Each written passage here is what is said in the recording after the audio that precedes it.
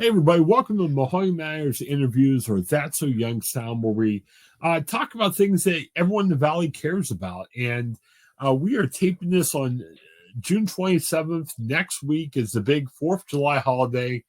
And man, if you're going to a family event or if you're a community event, whatever the case might be, you're probably out there preparing food, getting ready for the big 4th of July celebration. And we have lifestyle influencer, Shanisty Ireland. She's here to give us some advice for what we should do about the 4th of July. Shanisty, how's it going today? Oh, good. Thank you for having me. It's funny. I did a similar interview earlier today, and I was thinking, I cannot believe we're already at the 4th of July. Yeah, we're almost at the end of June. It's scary. I know. It's wild. I mean, not only is the year flying by, but the summer is. Before we know it, kids will be back to school, and it'll be football season again. Yeah, we'll have to talk more around that time. I'm sure you got some good advice there too. But in terms of 4th of July, what should we plan for? I know 4th of July probably looks different with every family, but what's your general advice you would give for people preparing to host family or friends for that day? Yeah, so it's not too late if all of a sudden you decide perhaps your plans fell through or you're thinking, hey, I'm going to throw something together last minute. Definitely not too late. You can go to your local Dollar General or the dollar store. You can still pick up a ton of decorations. That's the way to do it, in my opinion, is just to buy stuff that you don't mind if it gets trashed. And you don't mind if you throw it away at the end of the season. And then if you're going to be hosting something, make sure that you have, of course, all of the food prepared ahead of time. Try to do as much of that you can do the night before, such as marinating all of the meat, having all of the stuff prepped, such as cut up. Maybe the dips are already prepared, ready to go into the oven. As much prep time you can do in the days leading up to the actual event is going to really just save you on time and save you on sanity. And also another tip that I like to give folks is don't be afraid to ask people to bring something. I promise as a party goer, they want to bring something. And so you don't end up with 20 different bottles of wine that you probably will never drink. Be pretty specific about that. Say you want somebody to bring an appetizer, bring chips and dip, bring a side dish. Perhaps you just want them to bring a 6-pack of something or bottled water, whatever it may be. Designate that to certain people. And I don't think that that's a bad thing to do. I don't think that that's taboo anymore to ask people to bring something. Not only does it help the host, but also it helps the guests that might have dietary needs, or they want to eat something very specific, or they have an allergy that you may not be aware of. So kind of getting everybody involved is really just a great tip for any party hosting, especially for the 4th of July. What do you do? And we'll talk about food in just a second, but how do you get your place ready? Like, I know the family thing I go to, they make the garage available because you have to have a good place to put the buffet at, where if it rains, you're covered. Do you have advice on what to do there? Probably just preparation's key, I would imagine. Yeah, definitely want to have a plan B option, especially in Ohio when the weather's so versatile and it's volatile as well. I mean, it could be 90 next week or it could be 60, you just never know. So, of course, I always like to plan everything outside in the summertime. I think that in Ohio, utilizing those good weather months as much as possible is really key. You can also have, of course, the cornhole set up outside. You can have yard games, the giant Jenga, whatever it may be. It's easier to push everybody outside. But as a plan B, it is always wise to perhaps get a couple of tents set up if you want to keep everybody still outside, keep them at bay. Cleaning out your garage, as you mentioned, or if you have a nice large living space inside your home, that's an option too.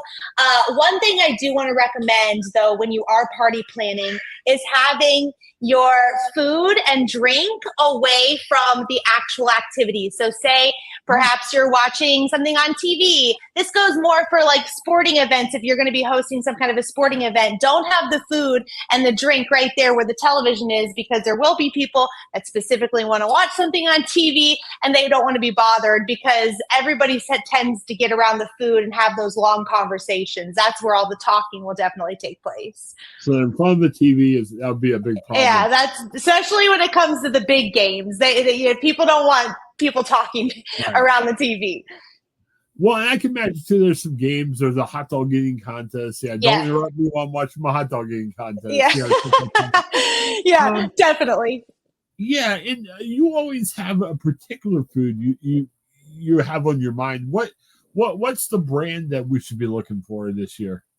Well, of course, when it comes to a cookout, we're going to be thinking brats, hot dogs, burgers, grilled chicken, everything that just goes onto the grill really easily. But when you think of the side dishes, there's a plentiful amount of side dishes that you can have. You can have the macaroni casserole. You can have the potato salad. Of course, you can just have general French fries, chips, dips. One of my favorite dips that's super incredibly easy. This is kind of a cheesy bacon dip. What I did for this dip is I had 8 ounces of cream cheese softened. I added 2 cups of sour cream, and I added 12 ounces of cheddar cheese shredded. Mix that all together with a little chipotle seasoning as well. Pops that into the oven, 400 degrees for about 15 minutes just to get it nice and warm and gooey. And then you can add bacon bits on top. You can add some green onions on top. You can even add up crushed up pork rinds on top. It's also going to be great to dip with your Southern Recipe small batch pork rinds. It's one of the brands that I absolutely love because it's packed with protein and collagen. It's low carb, it's keto friendly, and it really has a delicious crunch. So having your chips and your pretzels is great, but maybe having an option of pork rinds as well is going to be really great for those folks that are counting their calories.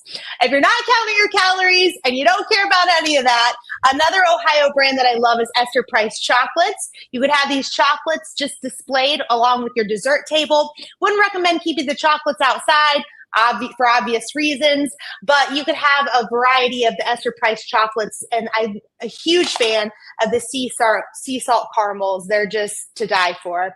Another brand I love local to Ohio is Buckeye Vodka. You could set up your bar outside, kind of a mini bar. And I really recommend that people are making their own cocktails. That way nobody has to play bartender. The host doesn't have to make cocktails for everybody. You could do a giant pitcher of the Buckeye vodka and perhaps a raspberry lemonade. Have a little spritzer you can add on top to that with some raspberries in there, blueberries in there, make it really festive. Or you can create an actual bar that people can just kind of make their own, have all the garnishings and the ingredients laid out, and they can just kind of go down the aisle and make their own.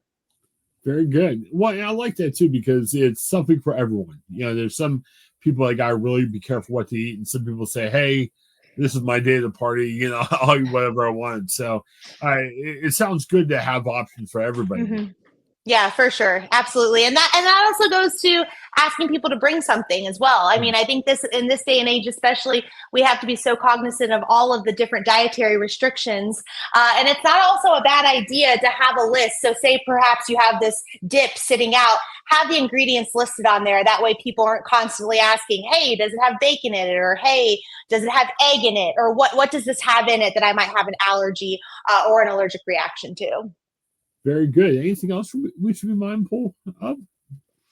I think that just when it comes to hosting anything outdoors, you got to keep the kids in mind as well. So perhaps you want to get some water balloons going for the kids, maybe even an old-fashioned sprinkler like we used to play in the old days, having those yard games out there, the Jenga, maybe even bocce ball or a croquet set, just making sure that you have plenty of things to do because there will be some guests that don't want to just sit and chat, having a good playlist, and of course, having the trash cans ready and they're cleaned out and you're willing to take it out and dump it out all the time. So that way you're not picking up an abundance of trash when the party's over.